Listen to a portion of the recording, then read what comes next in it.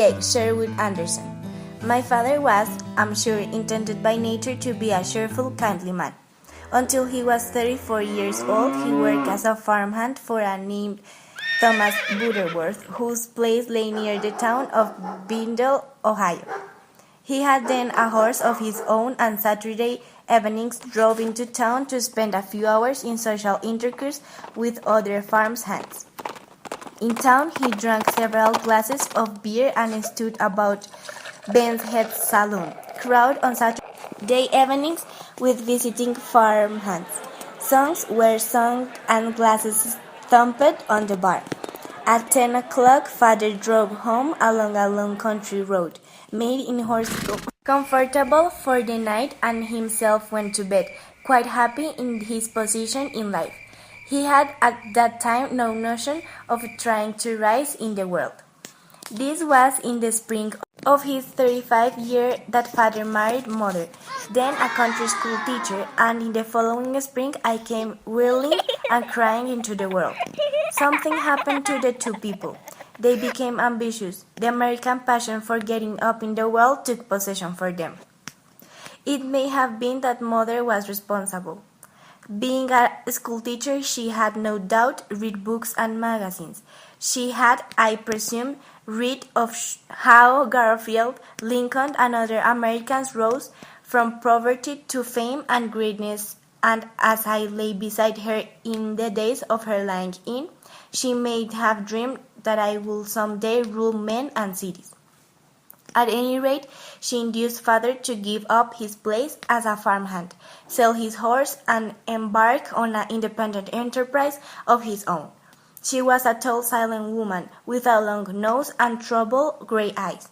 For herself she wanted nothing. For father and myself she was the first venture into which the two people went turned out badly. They returned 10 acres of poor stony land on Gringis Road, 8 miles from Bidwell, and launched into chicken raising. I grew into boyhood on the place and got my first impressions of life there.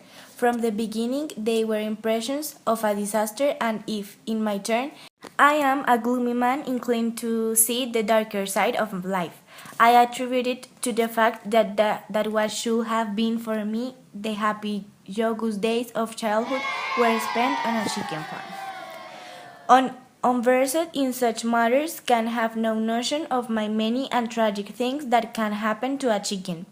It is born out of an egg, lives for a few weeks, and as a tiny fluffy thing such as you will see pictured on Easter cards, then becomes hideously naked, eats quantities of corn and meal bought by a sweet and your father's bro, gets diseases called pip, cholera, and other names, stands looking with stupid eyes at the sun, becomes sick, and dies. A few hens, and now and then another rooster, intended to serve God's mysterious ends, struggle through the maturity. The hens lay eggs, out of which come other chickens, and the dreadful cycle is thus made complete. It is also unbelievably complex. Most philosophers must have been raised on chicken farms.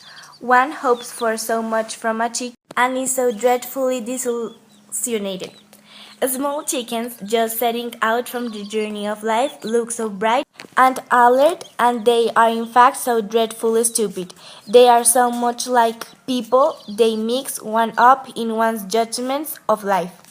If disease doesn't not kill them, they wait until your expectations are thoroughly aroused and then walk under the wheels of a wagon, to go squashed and dead back to their market. Vermin infest their jaws, and fortunes must be spent for curative powers. In later life, I have seen how literature has been built up on the subjects of fortunes to be made out of the raising of chickens. It is instead to be read by the goods who have just eaten of the tree of the knowledge of good and evil. It is a hopeful literature and declares that much may be done by simple ambitious people who own a few hens. Do not be led astray by it. It was not written for you. Go hunt for gold on the frozen hills of Alaska. Put your faith in the honesty of a politician. Believe if you will that the world is daily growing better and that good will triumph over evil, but do not read and believe the literature that is written concerning the hen. It was not written for you. I, however, digress. My tale does not primarily concern itself with the hen. If correctly told, it will center on the egg. For 10 years, my father and mother struggled to make our chicken farm pay, and then they gave up the struggle and begin another. They moved into the town of Bidwell, Ohio, and embarked in the restaurant business. After 10 years of worry with incubators and did not hatch, and with tiny and in their own way lonely balls of fluff that passed on into the semi-naked poulthood, and from that into dead henhood, we threw all aside and packing our belongings on a wagon drove down Griggy's Road toward Bidwell, a tiny caravan of hope looking for a new place from which to start on our upward journey through life. We must have been a sad-looking lot, not, I fancy, unlike reduced, fleeing from the battlefield. Mother and I walk into the road, it wagon that contains our goods and had been borrowed for the day from Mr. Albert Green's, a neighbor. Out of its sides stuck the legs of sheep shears, and at the back of the pile of beds, tables, and boxes filled with kitchen utensils was a crate of live chickens, and on top of that the baby carriage in which I had been wheeled about in my infancy. Why we stuck to the baby carriage, I don't know. It was unlikely other children would be born and the wheels were broken. People who have few possessions clinging tightly to those they have. That is one of the facts that make life so discouraging. Father rode on top of the wagon. He was then a bald-headed man of 45, a little fat, and from long association with mother and the chickens he had become habitually silent and discouraged. All during our 10 years on the chicken farm, he had worked as a laborer on neighboring farms, and most of the money he had earned had been spent for remedies to cure chicken diseases, on Wilmer's White Wonder Cholera Cure, or Professor Bleedow's Egg Producer, or some other preparations that mother found advertised in the poultry papers. There were 2 little patches of hair on father's head just before his ears. I remember that as a child I used to sit looking at him when he had gone to sleep in the chair before the stove on Sunday afternoons in the winter. I had at that time already begun to read books and have notion of my own, and the bald path that led over the top of his head might have made on which to lead his legends of Rome and into the wonders of an unknown world. The tufts of hair that grew above father's ears were, I thought, like forest. I fell into a half-sleeping, half-waking state and dreamed I was a tiny thing going along the road into a far beautiful place where there were no chicken farms and where life was a happy, eggless affair. One might write a book concerning for flight from the chicken farm into town.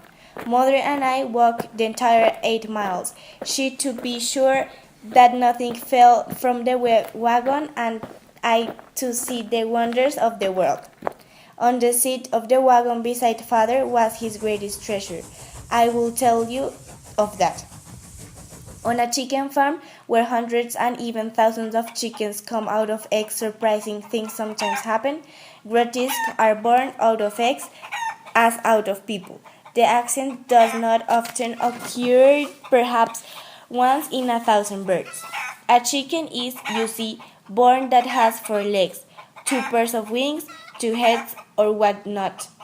The things do not live. They go quickly back to the hand of their maker that has for a moment trembled. The fact that the people's little things could not live was one of the tragedies of life to father. He had some sort of notion that if he could but bring into henhood a roasterhood, a 5-legged hen, or a 2-headed rooster, his fortune would be made. He dreamed of tucking the wonder about to county fairs and of growing rich by exhibiting it to other farmhands.